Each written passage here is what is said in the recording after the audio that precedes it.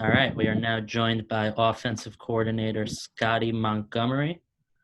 We will start with Lila. Hey Scottie, how are you? Hello, Lila. How are you? Doing well.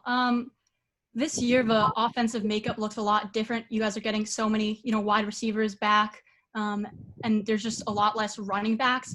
How are you planning on, adjusting the offense? Just, having such a different makeup. Yeah, I mean, we're a personnel-driven offense. We're a personnel-driven team.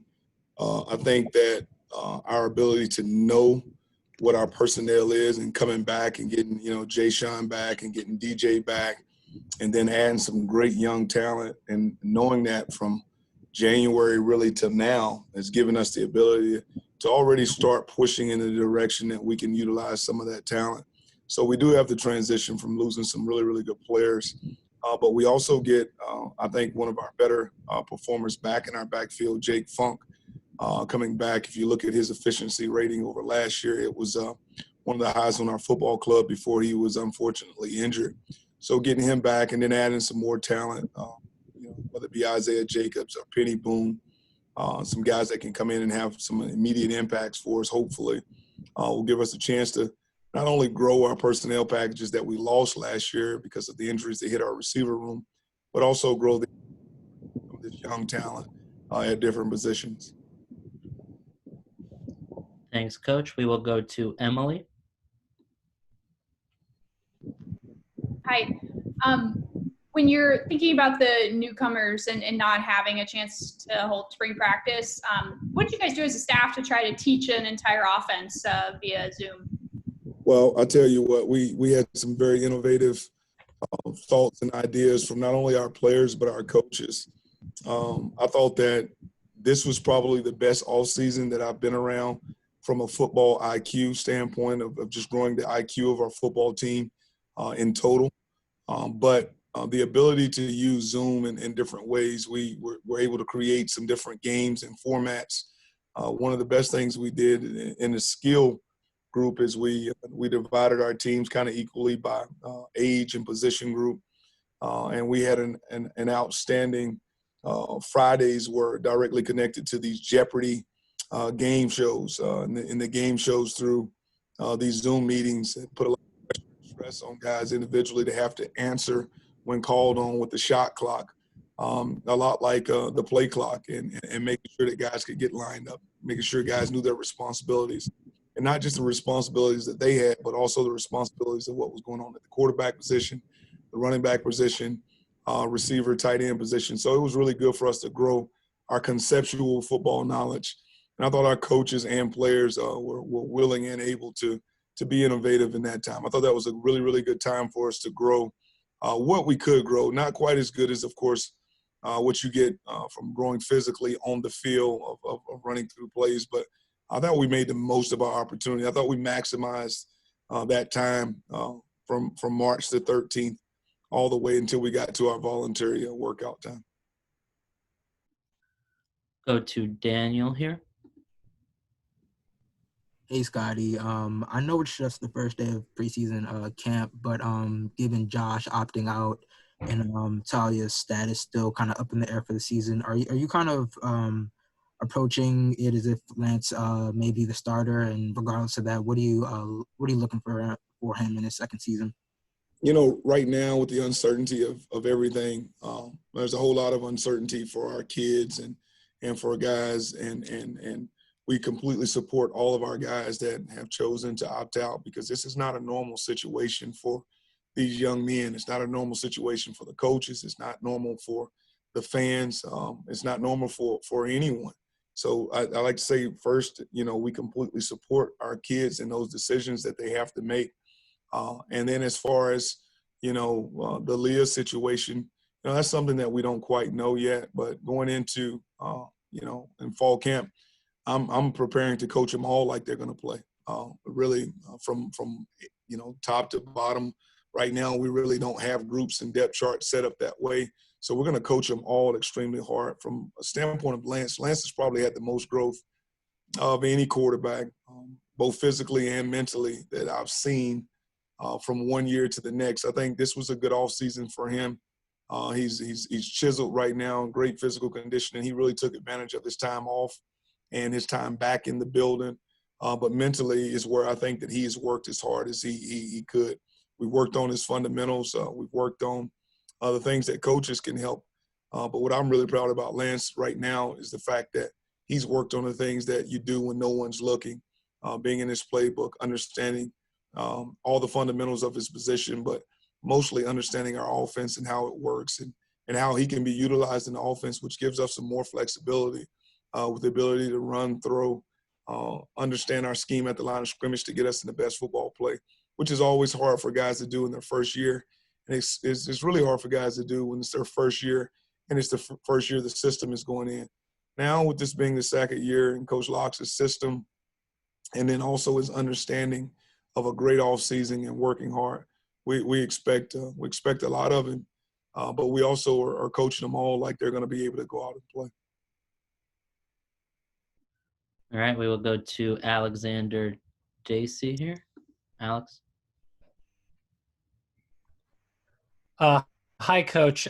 Just wanted to kind of bounce off the last question a little bit. I know quarterback is a position right now where there's competition, but I know at tight end with Chiga Conquo also not being able to play this year, and then obviously with Tyler Mabry graduating last year, you have a bit of a a bunch of newcomers coming in. So what's the tight end situation looking like, and who are you looking to step up there?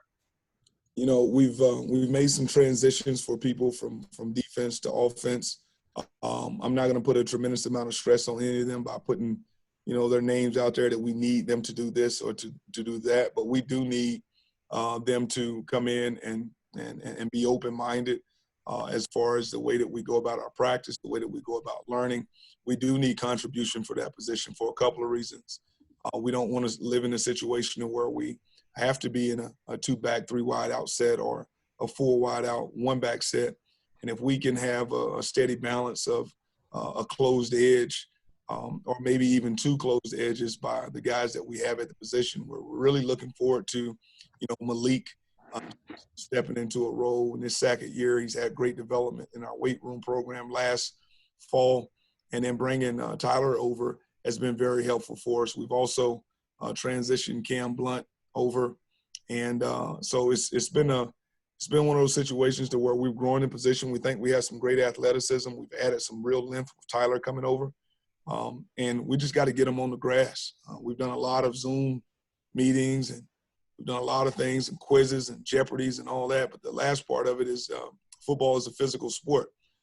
We have to go out and get on the grass and make them understand how important every single blade of grass is. And that's kind of the next step that we have to be able to do and go and get accomplished, and while still maintaining the health and safety of our football club. All right, we'll go to Thomas here. Thomas?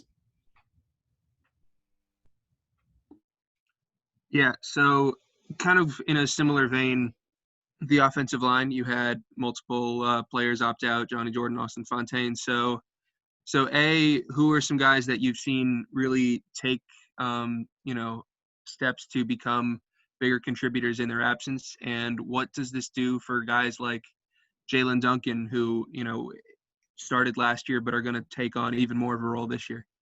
Well, one of the things about that room is we have a lot of experience with playing time in that room. It's of course a tough situation anytime you lose players of the caliber of Fontaine and Jordan. It's always tough, but now we're in a situation where we're not reaching to a guy who's never played. We got an opportunity to get people involved like Spencer Anderson and Marcus Minor now that can start and step into roles where they've actually had a good amount of playing time. And now we can also look at some of the guys that have played, maybe not here, but have played elsewhere that are coming into the fold. But we do need Jalen Duncan now with all those starts under his belt. He's probably the most physically talented and gifted guy at the position, and now we need him to grow his role a little bit more. But Marcus Minor will be a calming force for us on the interior. I think we did a really good job last year of recruiting the position. And we brought in a whole lot of guys. A lot of people, you know, you don't realize why you have to bring in that many guys in the offensive front. But we wanted to grow that position. We thought that we've grown it with athleticism at the guard position, some length and girth at the tackle position. So we're looking forward to it. And now we got to continue with Johnny not being here. Now we have to kind of cross-train a couple of guys in the back end, 2 or 3 guys, to make sure that we're not in a position where we're going into week 2, even in camp, with no one at the 2 and 3 position at the center. And now we do have a couple of people right now that have had center snaps. So we feel good about that, but you feel a lot better when you got 3 to 4 guys at that position. And just going off that real quick, I mean, you mentioned needing guys like Jalen to grow. And, I mean, without being able to be around these guys in person, I mean, how are you able to see them grow, and what is it going to be like to finally see them on the field? Well, you know, the big misconception is that we don't get to see them. You know, you get to see guys in a lot of different ways grow. Communication is probably the biggest deal in the offensive front, and being able to communicate outside in from the tackle to the center, and then being able to communicate inside out from the center back out to the tackle. And you get to see guys learn how to communicate a lot in these Zoom meetings that we have, where it puts the pressure on them when no one's around them and it's just one box and one screen. There's no answers that you can get from anybody else in some of these meetings. So a lot of times when you don't know the answer, the pressure is on you the next time the question comes around to know the answer. And we know that you're not receiving that information from someone else. The other piece to it is you also have to judge them by how they came back. We have had the ability to have walkthroughs here for the past couple of weeks. And one thing that we've seen from him is he has been much more verbal in his communication, but he's also been much more verbal in fixing some of the issues that we've had in a first year of a guy playing as a redshirt freshman, being thrust into the Big Ten. He's grown quite a bit. So we've been able to see some of those things.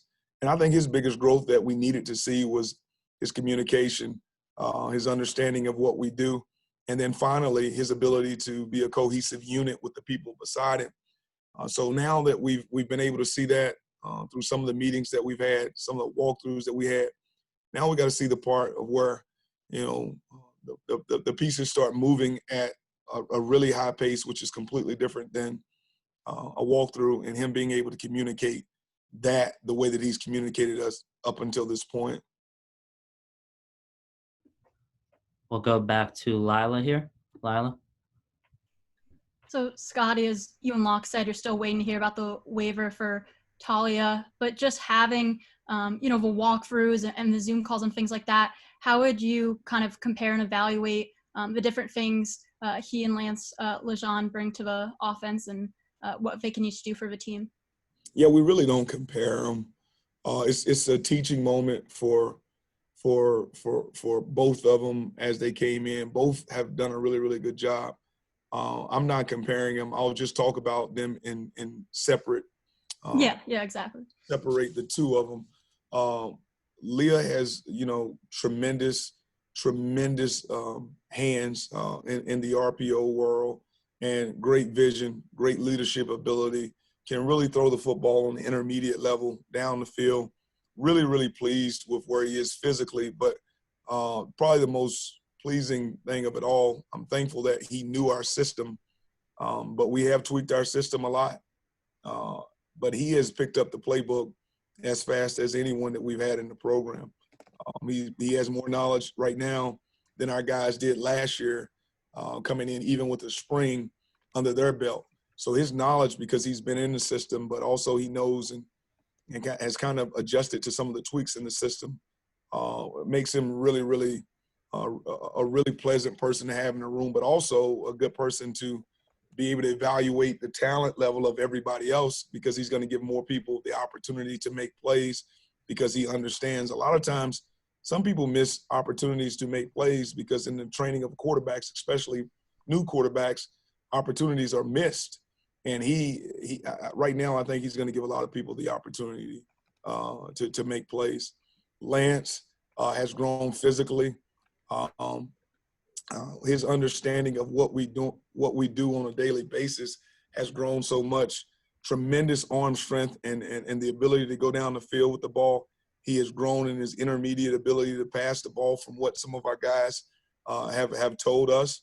But probably the most that Lance has grown is just his understanding of how to get us into what we want to be in on certain plays and how to utilize his skill set, his ability to run action pass, his ability to drop back pass, and his ability to manipulate the defense late in the down. So, those are the things that we look forward to being able to see in person, and we look forward to being able to see him in full speed. Thank you. We'll go to Jeff Ehrman here. Jeff?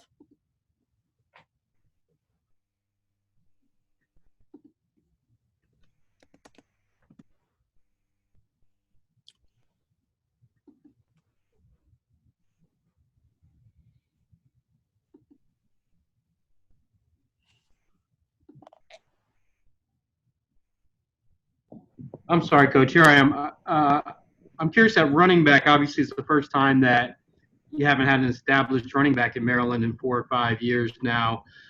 Curious how you feel about that and whether Tayon Fleet Davis is also back in the mix with Jake and those freshmen.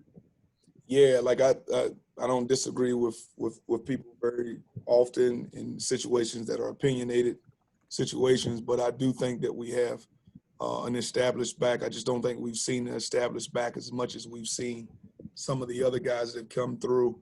I really think that Jake Funk and Tayon Fleet Davis have the ability to be, every down backs. I think that Jake Funk is tremendous in all settings. I think he's an every down back. I think he can protect the passer. I think he's an excellent runner. He blocks on the perimeter well. Last year, if you look at kind of how he started the season, he was on fire. And then it was unfortunate to see him go down. So I do think he is a special player. Tayon gives us the ability to do so much with him. He catches the ball great out of the backfield. He can run it between the tackles. He has the ability to make people miss. And then, I feel really good about this young talent we have in the room. It's just different than a lot of people will see. You're going to see Penny Boone, and he is a huge man. And then you're going to see his ability his agility, his ability to make people miss, which makes you smile. And then you see Isaiah Jacobs, who I think if he continues to on the path of learning and doing and executing at the way that he's been executing for us at this point in time, in line to be a great one at the University of Maryland.